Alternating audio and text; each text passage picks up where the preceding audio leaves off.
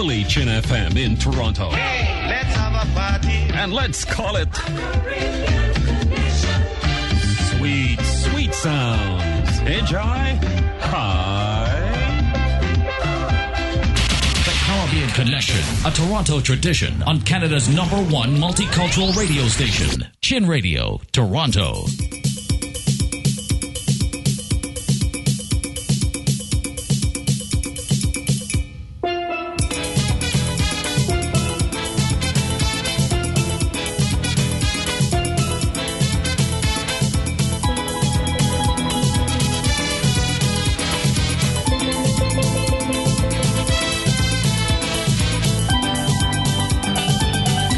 The sweetest lime is happening this weekend. All about Trinidad and Tobago at Nathan Phillips Square. And tonight was night number 1, day number 1, and tomorrow it continues at Nathan Phillips Square. And they've got a lot of entertainment and food and just a good Trini lime. Now, I wonder if they have corn soup. I'd like to know that anyway.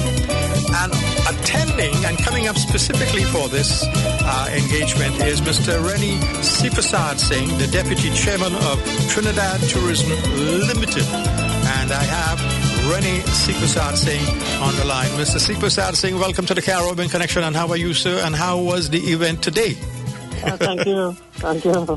Pleasant good night to all your listeners. It was excellent. In fact, clearly the Trinbago Festival is here to stay.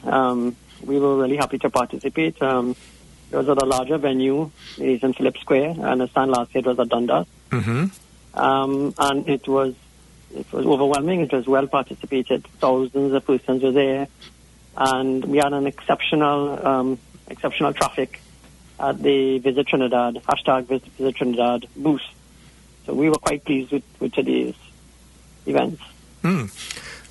So what is the current MO of the Trinidad tourism? Because we were not promoters at a tourism destination when there was that richness with oil and what have you. But now it's a different story. So can you elaborate on that for me? Well, Trinidad tourism, we have had many iterations of what traditionally most people know as the tourist board. You had the TIDCO, you had Tourism Development Company. And at one time, we were responsible for both Trinidad and Tobago. And of course, Tobago was traditionally seen as the idyllic tourist destination, and Trinidad, of course, the business type of destination. But in the last couple of years, the tourism offering and product on Trinidad has grown exponentially. A lot of people have invested, in product in Trinidad, hotels, guest houses, accommodation off the beaten track. Trinidad has become very well known for events. Our carnival has become an international product. A lot of people are not aware, but Trinidad is actually a fantastic eco destination. We have the largest concentration of birds and butterflies per square kilometer in the world. Of course, we have the Pitch Lake, and there's a lot to do. Our culinary offering is second to none in the region. And with the burst and expansion of social media and so forth, we found that there was just a growing interest from the diaspora, also from a lot of non-Trinbagonians asking about Trinidad. So it was almost like a good kept secret. So the government, in their wisdom, decided to put a little bit more emphasis on actually promoting the destination on its own as Visit Trinidad. We do collaborate, of course, with Tobago, but as Trinidad as a destination itself. And that is really the mandate of the Visit Trinidad or Tourism Trinidad Limited. Our mandate is really the marketing and promotion of Destination Trinidad. Now, I know, because when you go on the internet, you see a lot of shows that give you specific locations of Trinidad that you normally have not seen. The gentleman by the name of Mr. Charles, right? He goes into some fabulous places, and you wonder, is this really in Trinidad and Tobago? And I think when we come down there, we have to be given the opportunity to discover these places. What are you all doing in terms of widening that scope of? Right. It's an excellent question and an excellent point. In fact, today, for example, the Trinbago Festival, of course, currently caters primarily to the diaspora. Yes. But of course, there were many non-West Indians because, of course, in the diaspora even expands to persons from the other islands because there are a lot of Chinese married to persons from the other islands and so forth. But we are seeing, a lot of traditional visitors who are not, Canadians and so forth. But what we have found is that, and that's probably why Visit Trinidad has become much more of a bigger interest now, is that we have third, fourth, and fifth generation Trinbagonians who are living in Canada and North America who will go and visit their family and will want to return to Trinidad because of their historical ties. But those persons are not the ones like back in the day, you and myself, at our age, we will go and we will stay by Tanti or we will stay by our family and we just do family things. That has changed now because what has happened is that a lot of the younger ones, when they go home or they go to visit the home of their parents or grandparents, they may visit family and relatives, but they also want to do tourist activities and they want to visit the destination and see the destination. And Trinidad has a lot to offer. In fact, you spend a week in Trinidad and not do half the things that are available. Because the topography and geography of Trinidad, being the most southerly Caribbean island, there are so many activities to do. You have both the nightlife, the quiet life, the eco life, the culinary life, the festivals. You have festivals year-round in Trinidad. I mean, a lot of people know us for Carnival. But believe it or not, Carnival is actually not our biggest tourism pull. We have tourism numbers throughout the year that's actually rivaling our Carnival numbers. Because people are visiting and people are going and seeing the sites. They're going to the beaches. They're going on the now beaten tracks. They're going to experience cultural immersion because, of course, of our diversity. There's so many events that represent all the different cultural diversity of Trinidad, and there are festivals and events around that. And now there has been some investment in areas like the Caroni Swamp where they have redone the visitor center. You have areas in Matalot for the turtle watching. So there's a lot of things. And what we have found, and we're going to put more emphasis on it, is that, and in fact, we have coined the phrase that always in season. We are now considering Trinidad always in season because it's always something to do. So to answer your question specifically, what we are doing is that we are now focusing on promoting tours and events that our Trinbagonians who would have traditionally visited the island and probably just stay with relatives and do the typical things that they were used to, when they come now, they can actually go and explore the island, what's happening on the island, which is something that was not really done in a formal way that you would do when you go to another destination, if you go to Mexico or you go to another as a typical tourist. So we are really pushing a lot for that type of visitor experience for our diaspora and those that are connected to our diaspora. Caribbean Connection, Chin FM 100.7. I'm speaking to Rennie C. Prasad Singh, Deputy Chairman of Trinidad Tourism Limited. Now, that was going to be one of my questions because are you really targeting the kids born of Trinidadian parents? And I'm happy to hear that you all are doing it, and not only for Carnival. But how does Diwali compare to Carnival? Diwali has continued to grow. Diwali and Pagua, actually two events that we are seeing a lot of our diaspora returning to celebrate and to see. And in fact, because the East Indian heritage, we're also seeing a lot of persons who are coming home to do weddings. And of course, traditional weddings in Trinidad are very large events. So of course, they're bringing, family, friends, Canadian friends, North American friends, and so forth. So that market has continued to grow quite a lot. Emancipation has become quite an interesting and a big event. Now we have World Steel Band Festival because, of course, as you may know, Steel Band was last year it was recognized by United Nations and they had a World Steel Band Day. Yes. This year, PAN has finally been officially recognized as being, Trinidad has been officially been recognized as the birthplace of the Steel Band. So that, of course, has created tremendous interest. So a lot of our festival and events outside of Carnival are now getting a lot of focus from a lot of our visitors.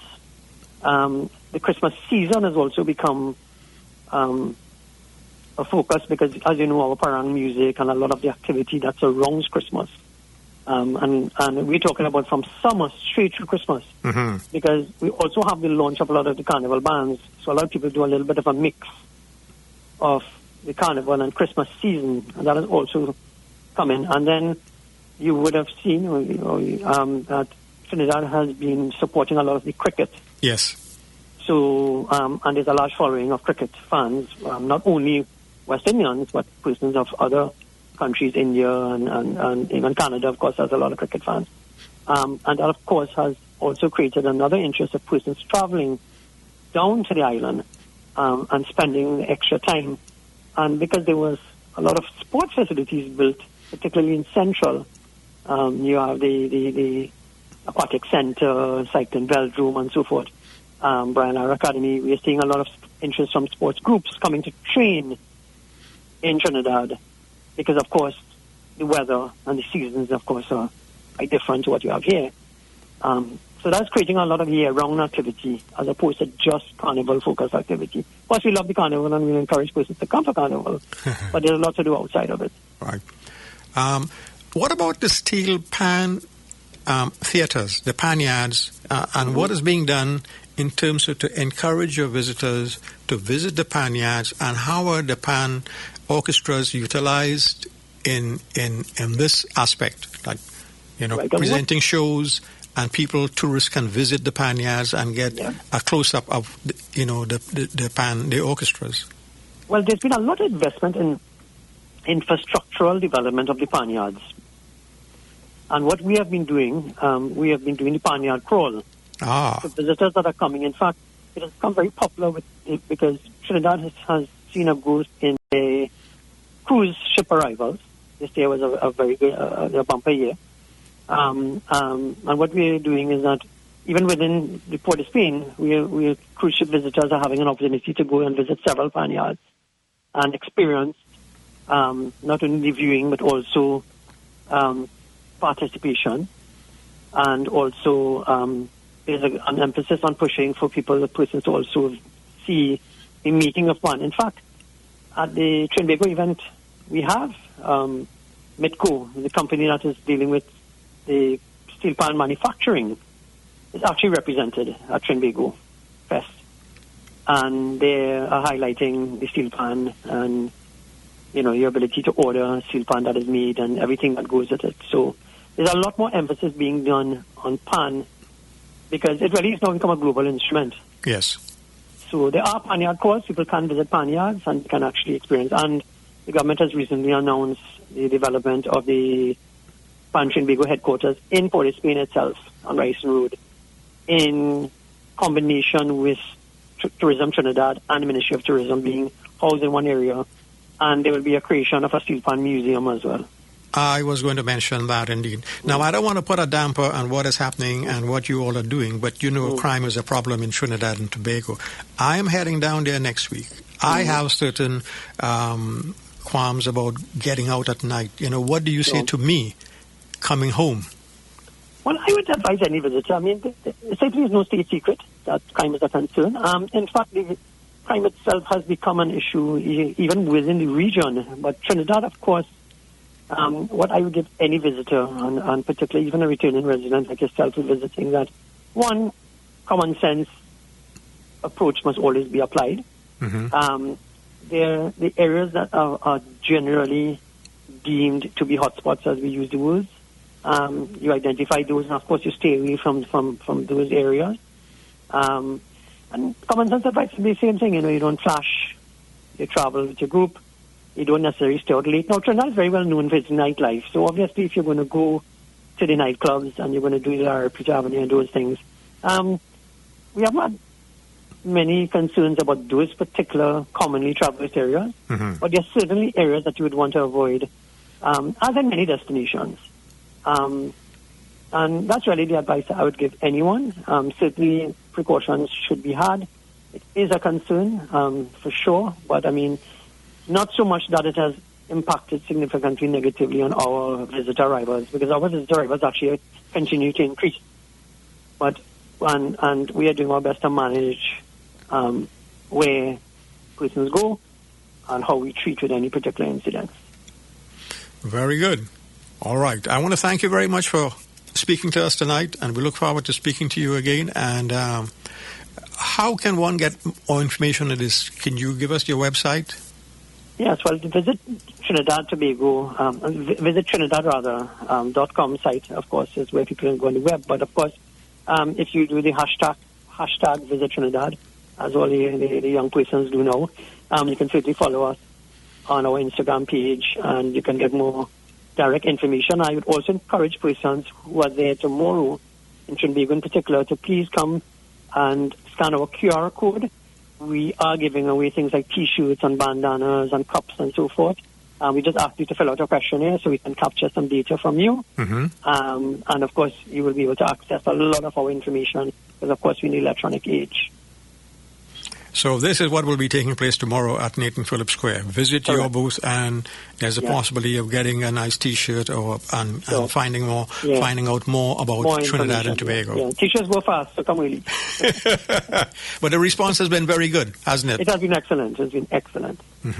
All right. Enjoy your stay in Toronto, sir. It's nice, and we want to thank you very much for speaking to us here on the Caribbean Connection. My pleasure. You're very welcome indeed. Right. Bye-bye. Been speaking to Rennie Sipasad Singh, the Deputy Chairman of Trinidad Tourism Limited. This is the Caribbean Connection, Chin FM 100.7.